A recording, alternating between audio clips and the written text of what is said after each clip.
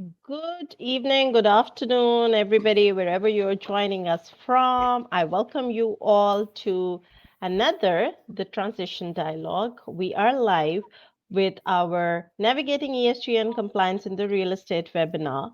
And we are going to launch the report today. So you're joined by me, Nurul Zafar, who will be the moderator for today's session. And we are joined by Sajid Aslam, who's the founder and partner of Spectreco, and Patty Kennedy, who's joining us from the North American Land Trust. How are you both? We're great, Great. thank you.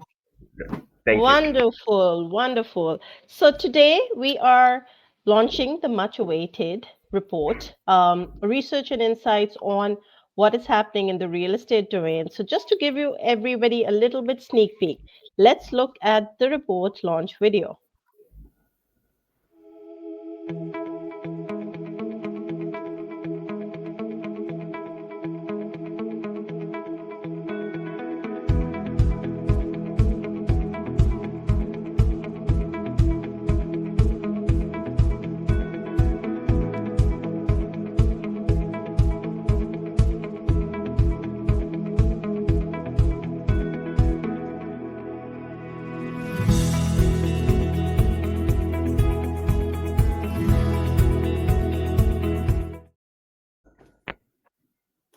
So there we go. That was a little bit of a sneak peek looking into what the report covers. We do know for a fact that we've been doing the transition dialogues now, the whole race leading up to the COP29, and our discussions are specifically focused for the last couple of weeks on what is happening and on the ESG climate in USA. Right now, we couldn't have picked a better time to speak about the US economy, the US climate change initiatives, what is happening with the world. And I'm hoping that everybody is out of the recent electoral vote that we saw in the US. So, today's agenda, we're going to cover in a lot of what the real estate sector has to offer, especially looking at into the US climate. We're also going to look at different perspectives in terms of what is a world power like USA, is it leading the change, or there's still opportunities in which we can see the opportunities rise in strategizing the whole climate change and the climate efficacy and the sustainability, and specifically the ESG domain, in which we look at how the regulatory frameworks are going to work, whether they're going to be policy driven or whether they are going to be led by the regulators. We do know for a fact that it's a yardstick approach that's being used, but then there are certain case studies that we have seen and we are seeing, and I know Sajid will be talking more about that as to what is being done and what are some of the case studies, best practices, as you may call it, that still have some room for improvement. There is a no one size fits all, like we have seen in the recent past as well, in the webinars that we have been doing. There's always room for improvement. And we have also looked at ways in which we could have the European markets become a threshold for the rest of the world. And now we're going to look at the US market leading the change. So over to you, Sujit. I know you have a presentation, but take us through an overall uh, brief overview of what the real estate ESG domain looks like for the US. Thank you, Noor. Thank you. So just again, a little bit introduction of Spectreco. Spectreco is a global sustainability technology advisory and implementation company. Our key focus is a built environment and the financial services which get impacted with the built environment or who have invested in the built environment. So we provide a certain advisory services, but the key area which we focus on is the technology driven solutions, which can help to simplify the journey as well as to make sure that we are compliant and generating superior returns for the investments which are made in this space, or overall helping or aligning achieving the business goals. This report, the transition is one of a series which we are running, and that's specifically on the real estate sector. So what does that report covers? That reports basically lay down the foundations of for real estate, how to get to net zero, or what's driving that overall roadmap to drive the transition towards the net zero, regulatory and policy landscape around the world, including US, strategies which different organizations and countries have adopted, and then most importantly and most talked about, that where that funding will come from. So whether we are talking about the new development or we are talking about transitioning of the existing development, how we can get that financing in place to do that. Some of the case studies which are discussed in this report, the role of technology and innovation in the net zero state for the transition to net zero real estate. And then the important area which most of the time missed out is the stakeholder engagement and collaboration, which is already available. Even in COP28, there are new alliances are formed by 27 different nations who represent almost 30% of the population and almost 50% of the global GDP. Challenges, barriers, and controversies. I think that's one of a key area which we also tried to explore in this report to provide an understanding and context. And then roadmap to net zero for real estate. And at the end, there is a framework that how organizations can start looking at and how they can divide it into design phase, construction phase, and operational phase for real estate. And when we talk about real estate, we are not talking about only the residential or commercial real estate. We are talking about the warehousing. We are also talking about the real estate. And now we are talking about the data centers as well, how it's really impacting the infrastructure overall. Then we also talk about the schools, university, anything which has got a built environment to operate in is a part of that real estate conversation. And very recently, data centers are becoming again and again a part of that conversation. How data center will evolve in terms of the way it's consume the energy, how the building should be designed, and how we can keep it as a low energy or energy efficient infrastructure.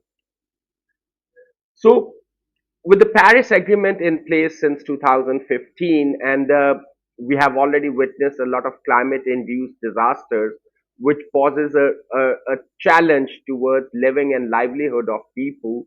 I think the transition is pretty much there, and people have realized that the climate change and risk associated with the climate change are very, very real. So whether we talk about the marine life, we talk about the urban cities, we talk about agriculture, we talk about industry, we talk about transport, we talk about energy, everything has got a transition roadmap as we speak today. And the key target is to make sure that we reduce our emissions by 50% by 2030 and bring it to net zero by 2050.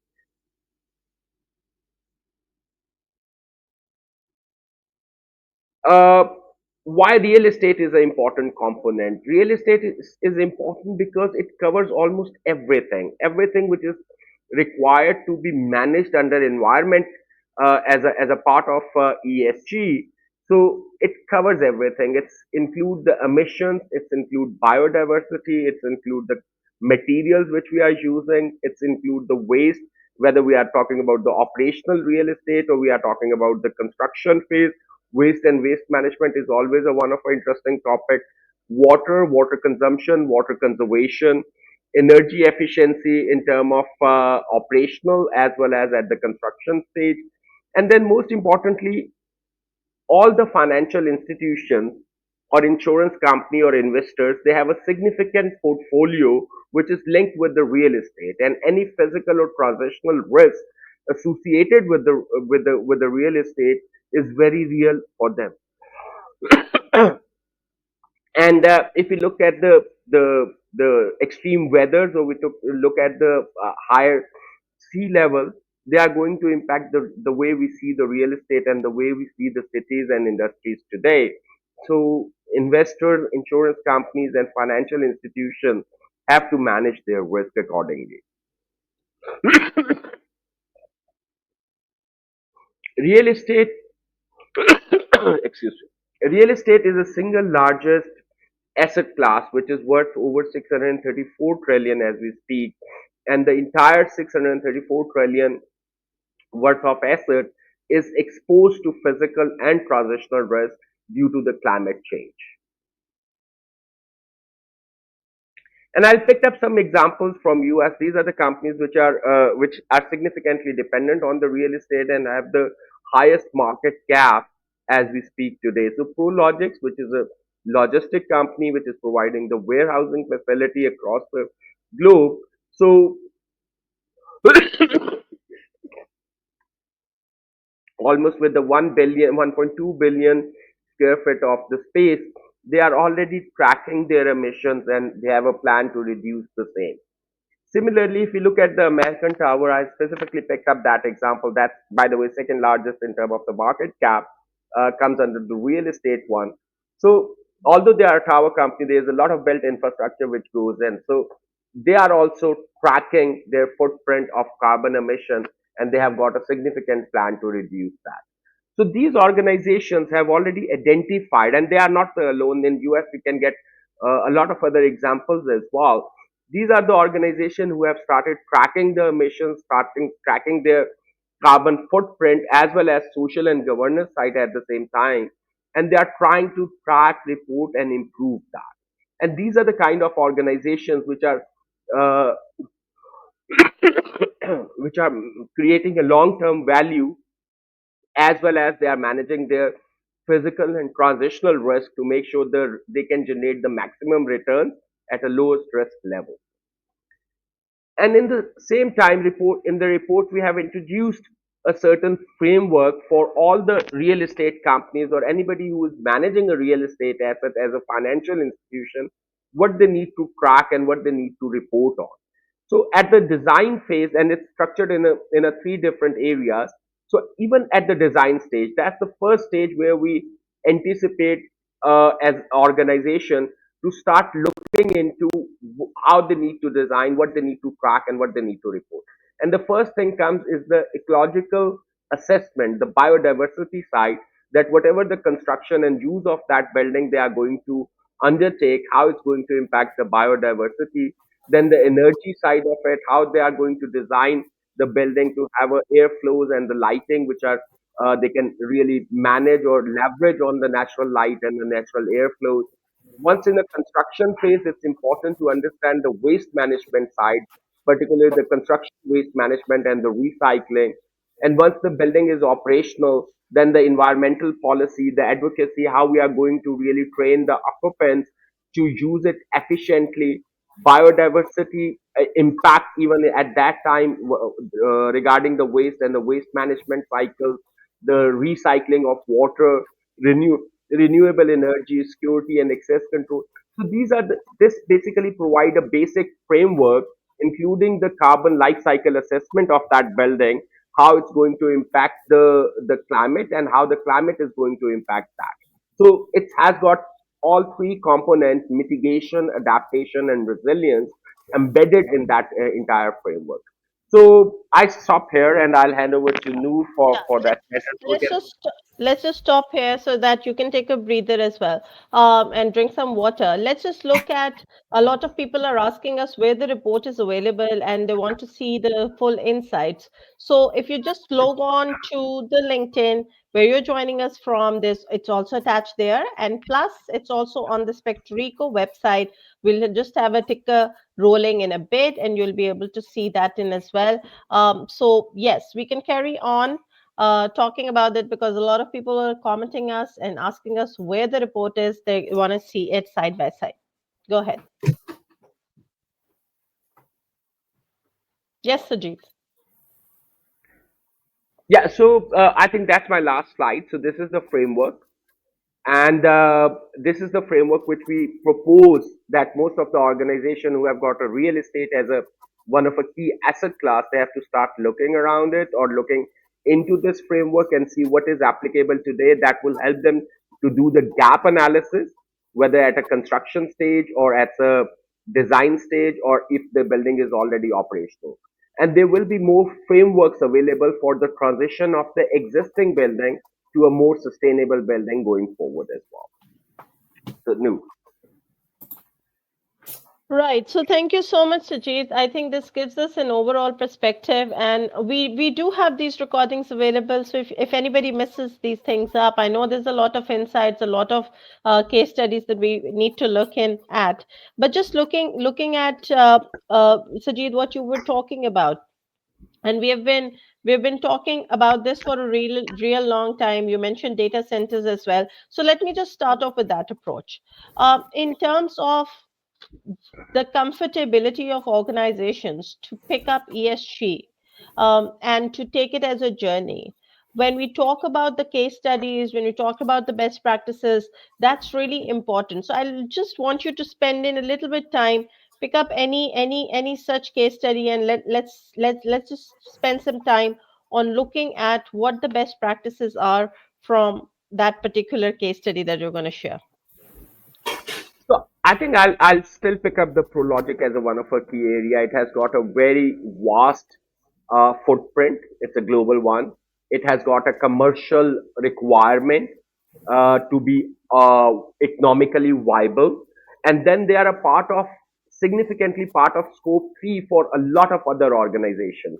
So there is a certain pressure on them to make sure that anybody who is using their services, their supply chain should stay green. So I think from a business case perspective for a logistic company as we speak, because they are a part of most of the big organizations, so they are bound to be green to make sure the organizations and the large organizations specifically they stay comfortable with them, and that should not be adding further emission to their existing emission scope one and scope two. So at least they will have a certain comfort that in a value chain part somebody is taking care of. Similarly, if we pick up from an American tower company, so they are a part of a telco, which is a very heavy in terms of the energy consumption. Similarly, logistic has got the similar thing. They have the transport and the energy consumption within the warehouse, particularly if they have a cold storage or they have to maintain a certain ambience. So there's a lot of energy which gets consumed there. So coming to the American tower again, it's a different type of real estate or a property, but again, it requires a certain energy efficiency. It requires a certain building material which they are using, and they are also part of the telco scope 3. So as a supply chain or a value chain partner, I think they have gone further and they have taken those steps which telco may not have taken at this stage. In all telcos who are their clients may not be at the same journey where this particular organization is. So organization have now got a better market access. They can charge even premium for that matter, and they can also make sure that they can retain their customer and they can keep building the narrative. The services they are providing are the green ones, and the green services which are properly as per the regulation, I would say, or as per the policy which is green, not the greenwashing side of it. Consumer really value that, and they really appreciate that they are part of a solution, they are not part of a problem. Their usage of the service is not generating the carbon footprint. Basically they are reducing it, or they are part of the ecosystem which is working towards reduction of the carbon emission. So consumer side of it, investor side of it, or customer side of it, I think all these things are the great example for Prologics and American Tower both, who are looking at their customer, they are looking at their investor, and they are looking at the climate at the same time. So they are not regulatory driven. Again, the key question is that it's not the regulation which is driving ProLogic and American Tower in US to transition toward ESG. They have picked up because there is a demand and they feel that they can make better return or they can generate better return by starting their ESG journey as we. Yeah, so thank you so much for that. And I know Roy is joining us. So, Roy, this particular question was for you addressing that, what other properties can you take in? And I'm sure there are many more that you can also read through the report as well. Patty, let me come to you now. Looking at what Sajid was talking about, the investor-led perspective, and I know that you come in from a vast experience working with the development sector on developing ESG strategies for various different pools of organizations as well. Just from your experience, how driven is the development sector towards financing of, let's say, ESG related strategies or ESG related organizations? Like Sajid is mentioning that the entire value chain has to be addressed. That at every point we see that there is not a lot of contribution to the problem, but you're finding solutions along the way. So, in your experience, what is it that the development sector has as a perspective, number one? And what are some of the areas where you feel that in the, let's say, upcoming 5 to 10 years, there will be lots and lots of investment in this particular domain? Well, I thank you for the question. I agree with Sajid. I think when you look at ESG in the real estate market, and specifically this issue of sustainability and carbon net zero, which is slightly different than ESG, the investment world, it's not coming from a regulatory perspective. And I think it's the investors, as well as the global regulatory framework, as well as the consumers, that are going to be driving this in the future. As you may know, ESG has gotten almost a bad rap in the United States, in that when the investors started creating ESG funds or projects or products, it became perceived as a way to justify underperforming assets from an investment class. And so a lot of people really try and stay away from that term. And so I do tend to segregate ESG as well as kind of the sustainability and the net zero, because they're almost two different initiatives. Having said that, I think it is a train that is headed down the tracks, even in the United States, that's not going back. I think you're going to get a lot of upcoming changes because of administrations, policies. But what I think you're going to see is that consumers are going to ask for it. The companies that move into this space and own the ideal behind it are going to outperform the others. And to me, I think it's going to be a competitive market. It's going to be the consumer, and then the investors are going to come on board. And I think that's what we see in the real estate markets. It's not widespread. In fact, it's a lot more sporadic. And I would say there are far few examples than we would like to see of companies who are really embracing this and embracing both the sustainability and what I would say on the ESG side is impact, positive impacts. And I think you're going to see more of it. But I think right now it's only a handful of people that are trying to problem solve how to make it a part of their ethos and how to incorporate it. Because in the United States, it's far easier to talk yourself out of it because there's so many challenges around doing it. And so I think those companies that are able to successfully navigate and figure it out operationally, whether it's building or corporate, they are going to really outperform. They're going to brand off of it. And I think you're going to see others moving into that space behind them. Wonderful. And that puts a lot of, investor confidence as well, because when the consumers are coming in with that particular, I would say, like a more conscious consumer who is actually deciding that, this is the way I want to go ahead with. So we're definitely seeing you more and more investment in terms of relating it with ROI. Just putting another thing into perspective, because you and I were discussing this. How do you think that the difference between what happens at the East Coast and the West Coast? Do we see a trend? Do we see a shift in the real estate domain? We have seen US face a lot of natural calamities in the past couple of years, and they've been on a roll, and the kind of economic losses that it has led, in addition to the loss of life, the loss of resources, infrastructure. Do you think that there is a shift between the two coasts? Yes. I don't know, the climate disaster issue may be an interesting one in bringing people together. But what you tend to see in the United States is that the West Coast, led primarily by California, but their regulations are harder, they are more stringent, they are very progressive. They tend to be the pioneer and the leaders from a regulatory perspective in what can happen, partly because of lack of access to water or a lot of the natural resource driven issues. The East Coast is in the dark ages when it comes to progressive buildings, building standards, green buildings. And of course, I'm in the East Coast, and this is the home that I love. So I say this honestly, but we talk about this at an industry level, things like green building materials. It is almost impossible to find them in parts of the South. So one of the basic green building principles is it has to be within a 500-mile radius. Well, that's almost impossible to achieve. So it's not even just a disconnect in terms of intention, meaning one side is very progressive and one is not. The practicalities of sustainable design and building on the East Coast is a very challenging because of the ability to even talk about it.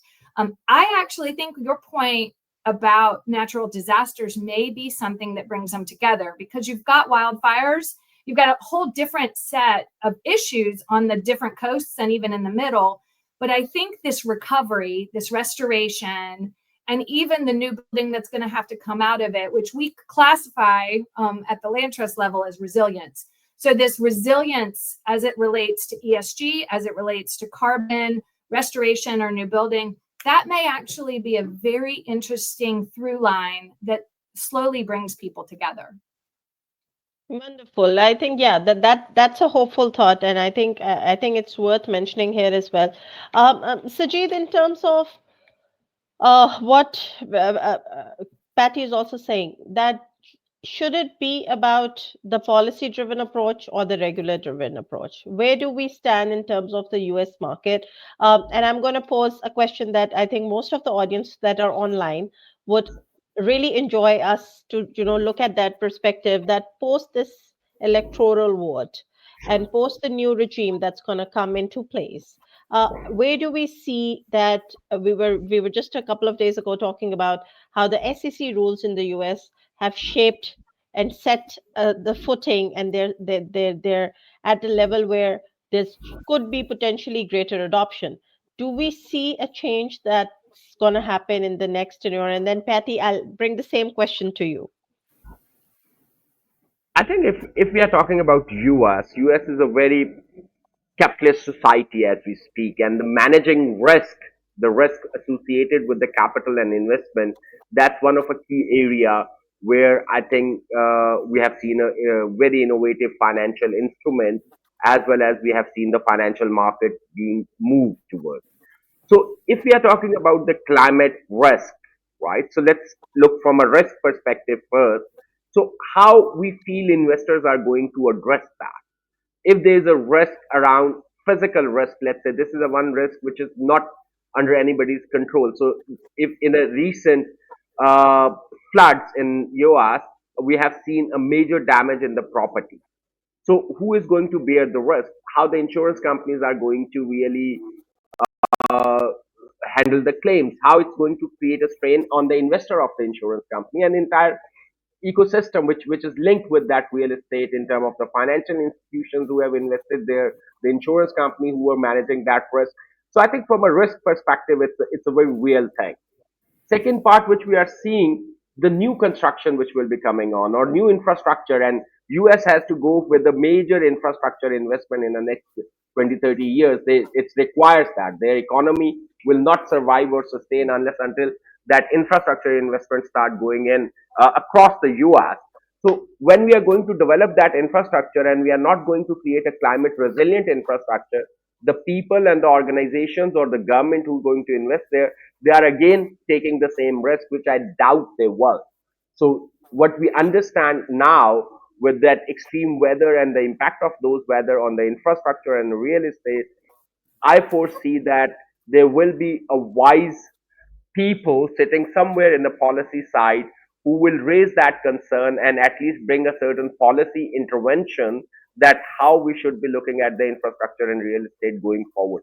It would be investor led, it would be a risk mitigation approach to start with, and then people will start finding the business case because it's such a huge investment we are talking about. We are not talking about billions of dollars, we are talking about trillions of the dollars which are going in this all climate resilient infrastructure, not only in US, globally. So the flow of money, the investor will be investing in the countries where they feel they have got a better regulatory and policy interventions to make sure their climate risk, physical and transitional risks are managed better.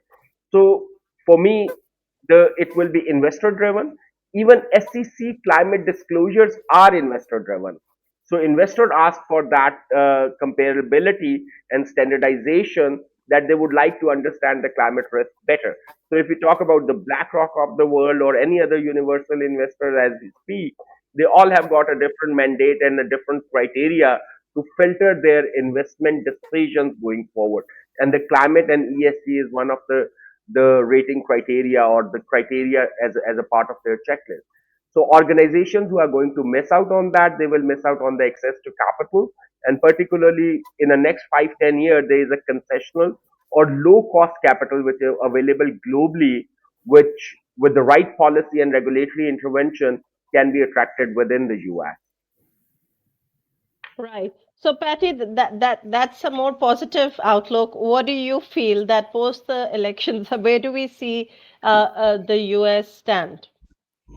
I I agree with Sajid in terms of everything that he said. I, my feeling, and just we talked a little bit about ESG, is there's a state in the United States that banned any ESG investments as woke. I believe that my opinion is that the new administration is not going to be supportive of additional policy or regulation on climate related issues. Having said that, where I do agree with Sajid on a number of the points that he made is that I really don't know that that will matter. I do believe, for example, not US investors, but international investors are going to be asking all the questions that Sajid just made. I do believe that disasters are going to drive a lot of local, state, and even federal policies, and they can't ignore it. So, and most importantly, I believe that what's happening internationally, most of our companies are multinational companies. So they're going to have to meet the standard because of the rest of the world. And as a result of that, they're just going to do it here, and they'll get the marketing, the branding, and the capital bump from being a good steward.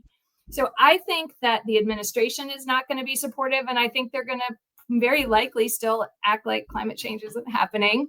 And they may even roll back the SEC climate rules. It wouldn't surprise me at all. Having said that, I think that as I mentioned, I think what's happening internationally is going to continue to push this, and then they're going to have to deal with infrastructure and risk. I mean, and a perfect example, in some of these climate disaster states, insurance companies will not even insure projects. And so they are going to have to get into the space. I just think that their public facing comments are going to be drastically different. That's my personal opinion. No, and I don't represent anybody. No, and that's why I took permission before we wandered off on this particular discussion. But that's really important and interesting to note that even with, I think what your personal opinion is around the fact that there are going to be hurdles and speed breakers. But when we're looking at the investor perspective and an individualistic perspective, and when we're looking at the consumer, there is a clear demand, because what we are saying is that the consumer is now more woke. I'm coming to another debate, which is a very personal question that I like to ask, because I've seen that specifically with, let's say, green buildings, there's always this discussion: do we start off with a clean sheet of paper, right? Or do we existingly make sure that our processes in existing buildings are keeping the ESG elements alive? So, Sajid, what are some of the recommendations? Because how I see this is we are dealing with organizations, because the pie size is so big.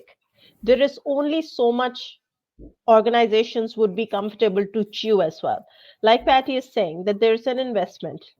We do have insurance companies that might not be ready to insure. So the investor is taking that risk. The organization's owner is taking the risk. What are some of the initiatives and bite sized things that organizations can do specifically in the real estate factors? And what are some of the things that I know the report also suggested? But what are some of the ways in which they can adapt these small interventions and then try pilot run them and see and go in for bigger projects? I think the biggest area for any building, any infrastructure, particularly now we are talking about the buildings, is energy efficiency. So the first gap analysis start from the energy efficiency, how efficient we are, how our appliances, how we are using that. There are almost 2 billion plus air conditioning units which are hanging somewhere in the building or they are installed in the building. So if you calculate that, and a very small thing, and that's a very recent conversation, and we keep it switched on, right? So we just use a remote in most of the countries to switch on or switch off the air conditioning, right? So we do not unplug those, and those still consuming while we are not using it, they are still consuming energy, and it may be a very little energy, but now when you multiply by 2 billion units, so that's become very, very big number, right? Similarly, water leakages, waste recycling, waste management within the building. So if it's a building where like apartment building, how we are handling waste there. So I think these are the small things where we start, but the most significant focus has to start with the energy efficiency as a primary focus. And if we can have that energy efficiency, then the rest of the things can come. Definitely we cannot go back and change the materials, but we can definitely create the windows in a way where the natural air flows and the lights can really help us there. We can start making small renovation which can help us having a better lighting or the flow of air, or even from the heating and air conditioning perspective, because in a building HVAC is the biggest consumer of that energy. So that efficiency is an important part for the existing building, definitely. And then again, the buildings goes with the city or the society, how the entire infrastructure is created as well. So as a building owner, I can take care of that. As a city government, I have to start looking into the infrastructure, particularly if I'm upgrading anything or if I'm creating something new. So I think that's where the design stage, we have to consider that. But the buildings are purely starting point is energy efficiency and the water leakages. These are the two starting points. Absolutely. So that's one approach, and I like what Asad is mentioning, that you go passive design first, and then you start off with just looking at that as well. So that's another perspective. Patty, what do you think that what is it that can be done, and any best practice at the top of your head that comes to your mind?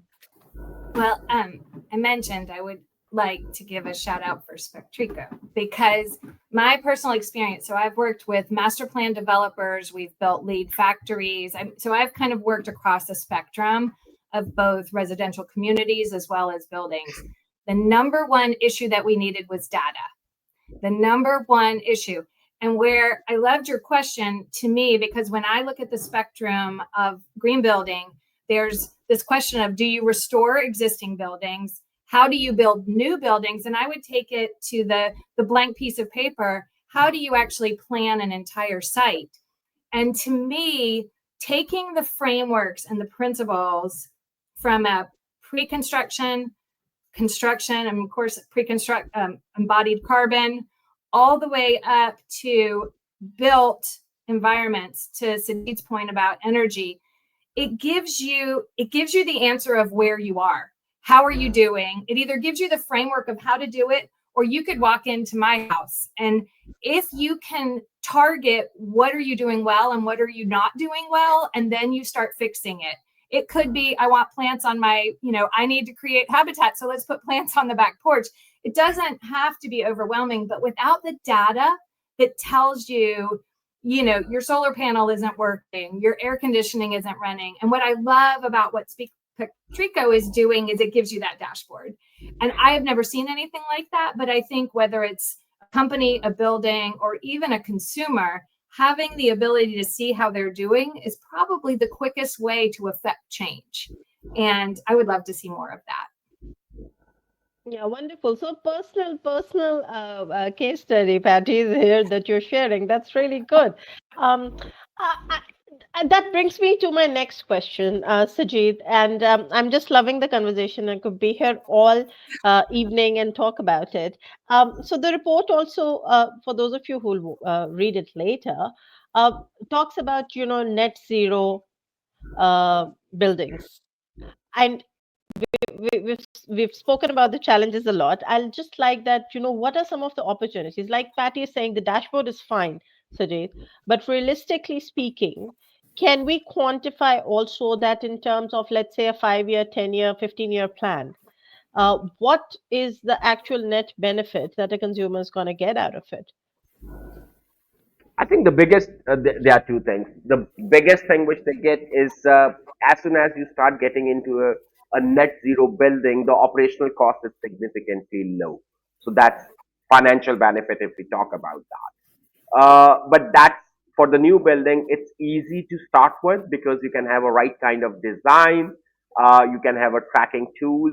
One thing I totally agree with Petty, the more awareness you generate, like we are working with the one building where you take a shower, you get out of your washroom and you can see that how much water you have consumed. So there are sensors whether you use 50 liters or 50 gallons or a 12 gallons. So what is the right benchmark? It's just like the when the people start talking about the 10,000 steps, so they start tracking the 10,000 steps as well. So the benchmarks and the data is always an important element there. But financially speaking, operational cost goes low, your insurance cost go low, your refinancing cost go low. So that's a financial side of it. Well-being side, you are living in a better building where you have got a natural light, you got a natural air, right? So you don't have to really consume that kind of energy for heating or air conditioning there. So by design, you can really enjoy the natural assets which are already provided there. So that's from a well-being perspective. The buildings who are designed that way, it has got a better, healthy life as well, which has got a proper places where people can interact and they can enjoy the fresh air and the fresh or and the natural light at the same time. But definitely there are other financial side as well, which we can talk about. A lot of other instruments which exist out there now to really support individual owner, institution, or the city government if they decide to incorporate these things, how the funding can be generated properly, particularly for the new infrastructure. And there are instruments which are available for the renovation of the existing infrastructure.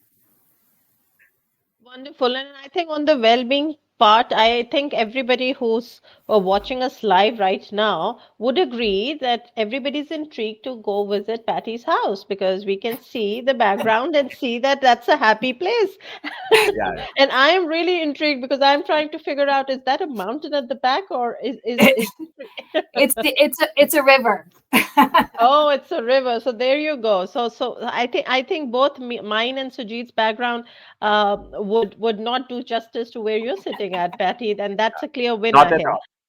Absolutely. Let's move on to some questions because I definitely don't want to deprive all the people who are watching us right now. I'm going to pick up first from Mariam, who's asking that how can blockchain technology be used to enhance transparency in real estate ESG reporting? Sujit.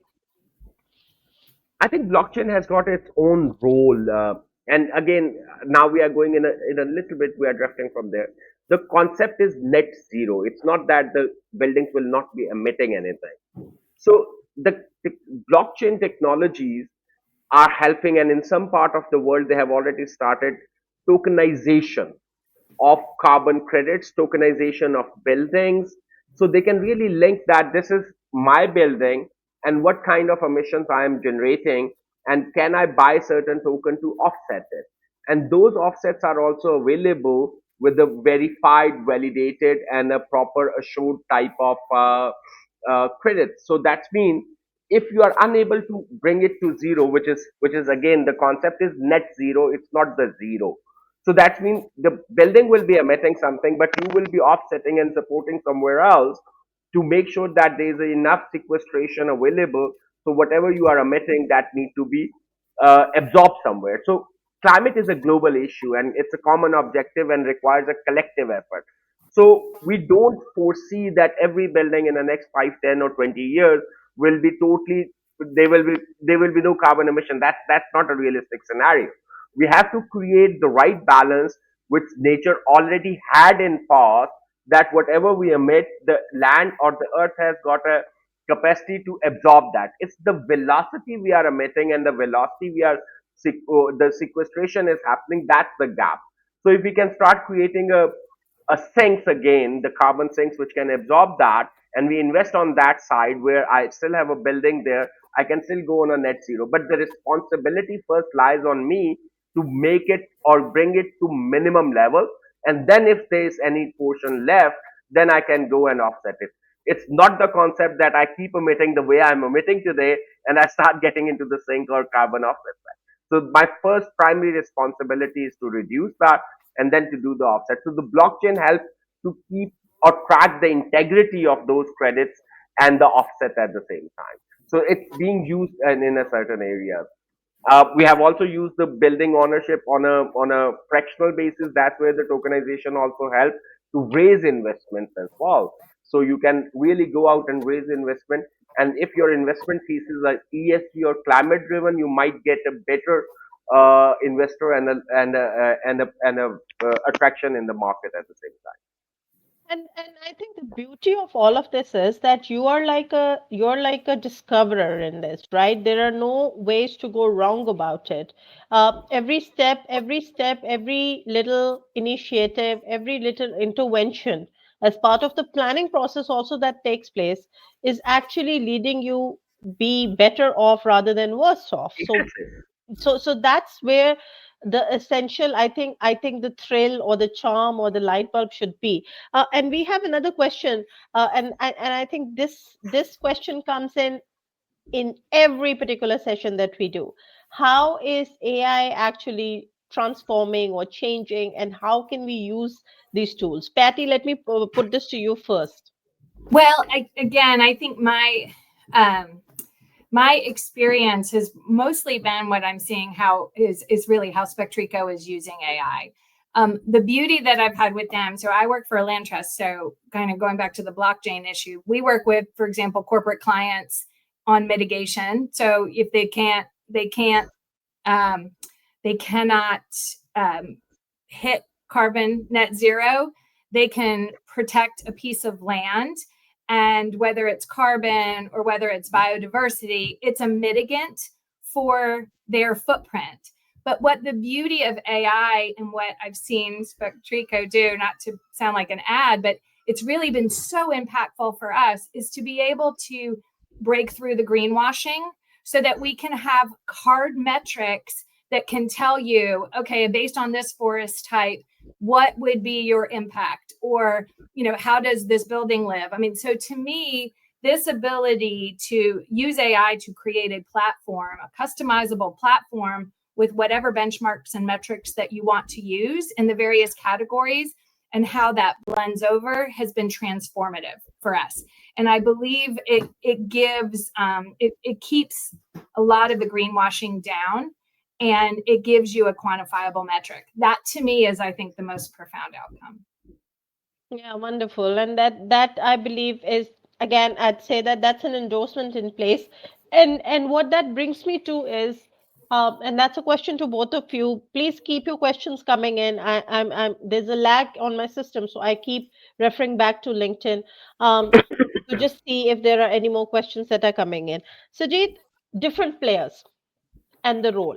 We are looking at the real estate sector. We know that there'd be developers, there'd be people who are selling. There are other players as well in this. I want to understand from both of you what would be the best. Money is a vested approach, absolutely. But what essentially is the role, and how can that role be used as a pitch deck to all of the developers and all of the key players in the real estate sector who want to go on this journey? When you say role, what does it mean? Role of The role who? of different players into the Players. real estate. I think the easiest one, if we start to categorize it, that always comes to regulator. So if the regulator comes, they understand, they do the right kind of stakeholder engagement, and they create the regulations and the policy intervention. That would be the very right approach. But if regulator comes with the approach that they are going to regulate and they are not going to consider the ROI and the viabilities uh, of the real estate, then that's not going to work. So it has to be a very collaborative approach. And in EU, we have seen that particularly they did. year on year in terms of the stakeholder engagement. They brought out a one regulation, and then they have a certain clashback. They went back to the table, they fixed that, and they brought it again. So I think this is not the first time the world is going through that process. That process is there for a while. And I think the best example normally I see, most of the youngster might not remember that, the ozone layer itself. There was a time when there was a big hole in the ozone, and then in 87, there was a regulation and a policy intervention that we are not going to use the CHFCs gases anymore. And now we are seeing that repairing happen. So I think we have seen that environmental challenge in past, and we've managed to fix that. Why can't we fix this one? The first thing is to recognize that the global warming is a challenge. The climate change is a challenge. That's the first recognition. And what are the mitigation, adaptation, and resilience strategies which are in place? And that will come from the stakeholder engagement. Then whatever the plan regulator put there, they have to put the money behind it. It's not possible that I can advocate something, and unless until I provide the enough budget or a mechanism to attract the investment, I may not be able to execute on that side. So regulator primary role, then the definitely the person who is going to invest in that, they should manage that risk, they should ask those right questions. Then the funding and financial institutions, they should create that kind of instrument which have a patient capital and the long term return at the same time. So it may not be a capital which you can just invest and take it out in a 3 years. If you put it there, it has got a better returns as well, and we have seen that in a different jurisdiction where the people have made better money. So I think everybody has a role, but the first role is to agree that there is a climate change, there is a risk, and that's require a policy level intervention. Individual contribution cannot drive that volume or that kind of impact which the collective effort was. Wonderful. Patty, I'll pose the same question to you as well. That looking at the California market, you were talking about one of the most progressive ones. What do you think are the key role players, the key active players in the real estate market? Well, I don't necessarily think it's I think residential and office building, those spaces are leading on the green building side. I think Sajid, everything you said was absolutely right. I wish it's a terrible thing for people to hear me say this. I wish we had more regulations, because I do not believe in the US market people are going to do it voluntarily. I just don't think the real estate market is there. There are a handful of players that have taken this on, but I think the multiple times I have sat in my life and tried to get developers to do this and had it value engineered out, wouldn't agree to the 5% increase in building costs, whatever the stakeholders didn't care about it. There's a million reasons why they just don't do it. And what I'd love to see is the what's coming from international continue. So what I now say is, if you're not going to do it, you're going to be forced to do it. You might as well be a thought leader in it, figure out all the problems, so it's not a 5% building cost increase, and just do it, because it's coming one way or another. And I really do believe that's the case. I do believe it's being led by everything international, but I think so, whether it's investor, whether it's financial policy, I think it's going to have to continue in order for this to continue to move across the United States. And we see that implementing in Europe, Patty, and that is why they are way ahead in terms of, being the global leaders in this. Sujit, let's pick up Moise's question. I think he wants to know what is your both take on how to defeat or counter reporting reluctance when we talk about real estate sector and builders who are involved in the supply chain. I think that's again, it's not a new thing. We have seen that even when the US gap were introduced, there were certain reluctance. It took some time people to understand why it's important. Then IFRS, which was rolled out in the rest of the world, again we have seen the reluctance there. So reporting is always a initially, because we do not know what we will find when we'll go there. So that's where we would like to understand first, and we defer it till the time we can. And then there's a time when we can't. So that's what forces us to start reporting. luckily in US, it's not a mandatory report. It's something which people can choose voluntarily. And we have seen in a hospitality industry specifically, where the people are reporting that, and it's not because they're investor, because their consumer are demanding it, because they, again, that's one of a key area which we need to understand how the wealth is being transitioned in the next 7 8 years. So significant wealth is going to millennials, and millennials are very eco-conscious, so they are asking questions. Sorry, so they are asking questions, as well as they are the biggest investor and the consumer at the same time. So I think the money flow which we are seeing in a 7 to 10 years going forward, that is going to drive that kind of behavior. Reporting, second part of the reporting is the understanding and availability of the talent, what to report and on what standard, how I can see that I am reporting the right thing, because there are external stakeholders who are involved, who are making decisions on those reports. So talent and the support which requires, like, again, now I'll take the Spectreco as a one of our example, where Spectreco does the hand holding in term of that. You don't need to have all the expertise. You start using the technology, and it's provided as a managed service. Why it's provided as a managed service? We do understand there's not enough talent out there who can really help the organization internally to do that. So that managed service and the support and the talent availability, that will basically take out that reluctance. Absolutely. And I think in terms of talent, Sajid, it is also where we have seen is, and this is across all economies, except for the ones who were early adopters of the ESG. Um, it was always taken in as a role of a finance person, and on the Yeah. piggyback side, we would have the sustainability officer load, or an ESG officer, or a compliance manager linked up with the CFO. I think that's where organizations have gone wrong massively. And with the where I come in from, looking at where talent has been developed, is that the early adopters were very quick on realizing that there have to be certifications that need to be done in this Mhm. particular domain. You have to be a subject matter expert. It is not something that you could put up, the truckload of resources on a person who is doing something else, and ask him or her to do that. Patty, what do you think in terms of, do you feel, let's talk about talent for the next 2-ish minutes, and I hope the Spectreco team will allow us to go beyond our 1 hour time for the webinar.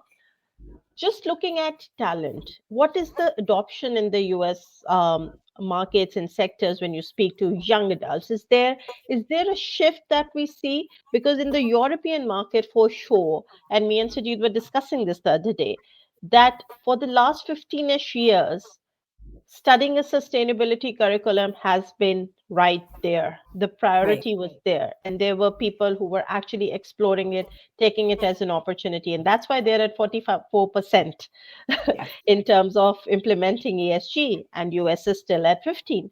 So there has to be something that they've done. I just want an overall approach. Where do you see and where do you feel that the education side of sustainability and ESG should be something that the newer generation, the Gen Zs, like Sujit says, should be exploring?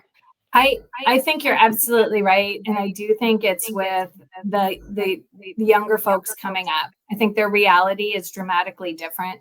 I think universities are both trying to adopt sustainability and ESG policies, um, and I think the curriculums are there. So where I see the United States is kind of a disconnect between the talent pool of people who are interested in it, who are studying it, and who want to work in fields associated with it, and the actual implementation, particularly in the real estate world, of people doing it. It's still theoretical. It's still a good idea, but I do think you see this next generation of people who are in universities now. I think you're right about the subject matter experts and the sustainability officers within companies.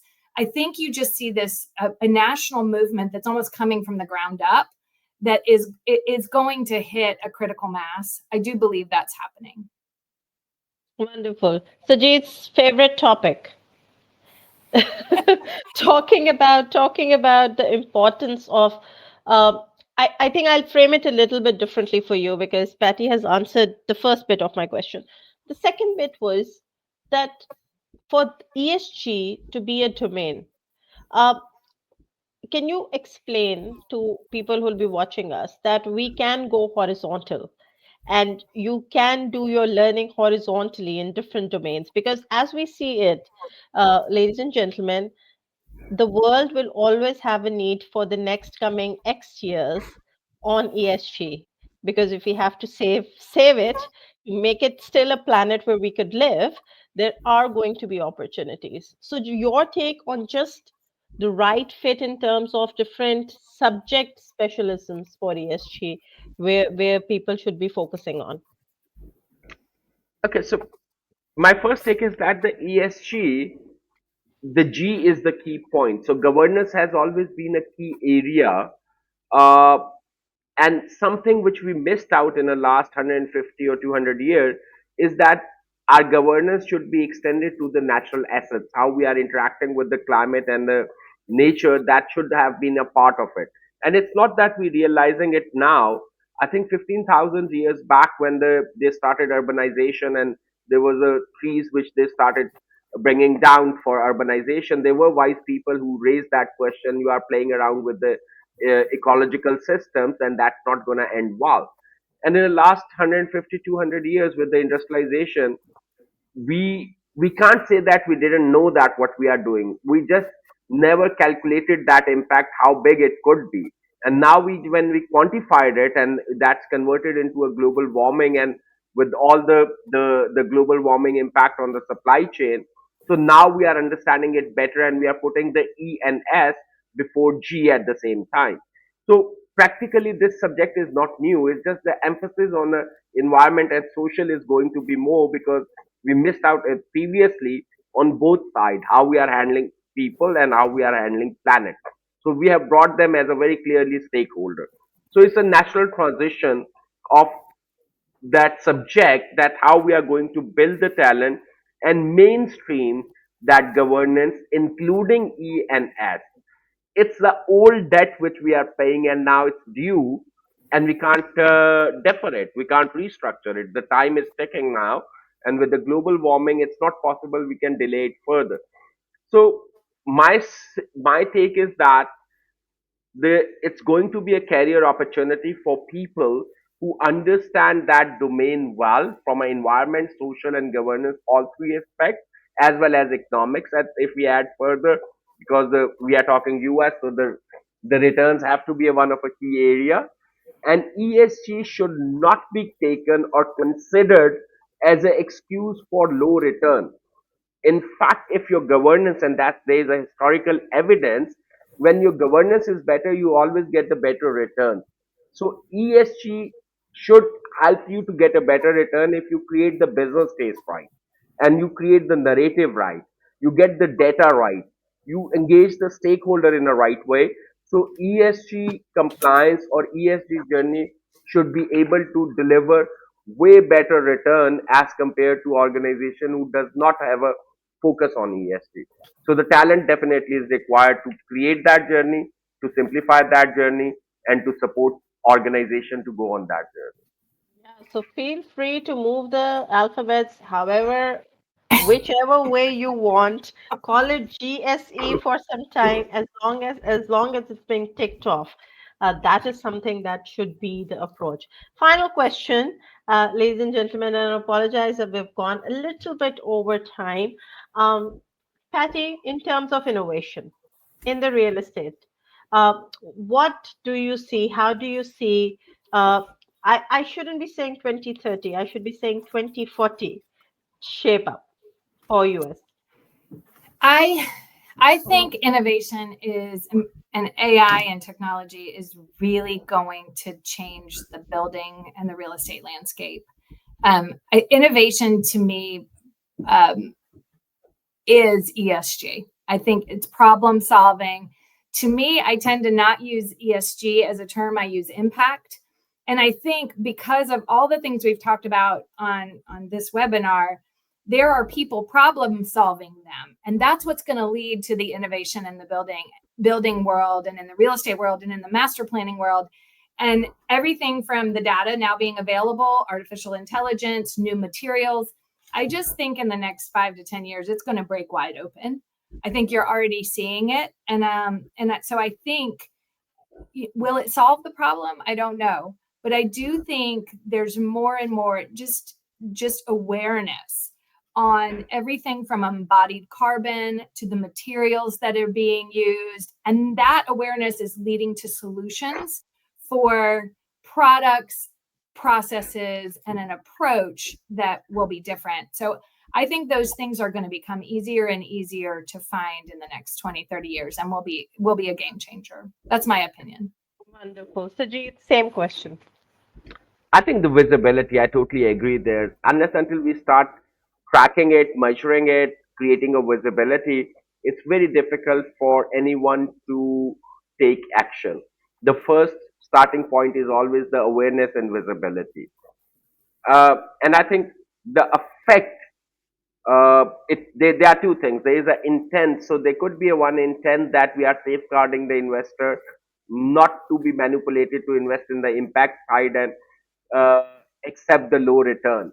So that should not be the intent, and that should not be the effect either, right? So ESG should be able to use as a one of a criteria to screen the organization for the high quality investment and high quality return at the same time, right? So again, how we can prove that with the data, with the visibility.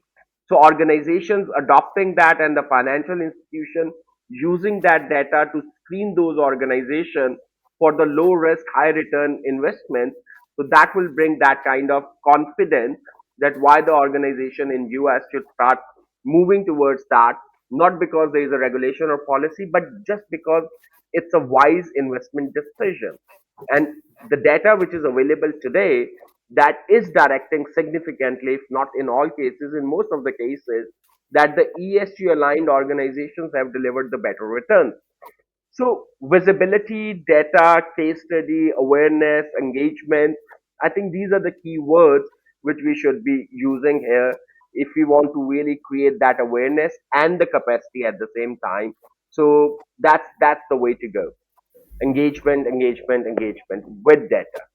Wonderful. So there you go, everybody. Two words for you. I've put up Patty's innovation is ESG and Sajid's visibility is ESG. Two statements for all of you, right up there on my post-it note.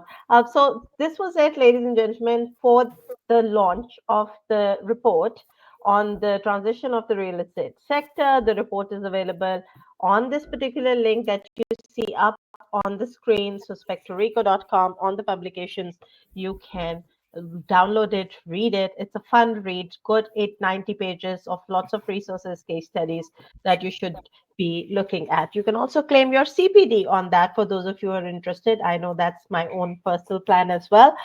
We do have a webinar tomorrow, same time, on the nature-based solutions. So we will be seeing you again on a Saturday, hopefully making your weekends more greener than they were, than your week was perhaps. So thank you so much, Patty, Sajid, for your time. I wish everybody has a great weekend. And that's all from us till we see you on the next Transition Dialogue. Take care. Bye bye. Thank you, dude. Thank you, Thank Petty. you.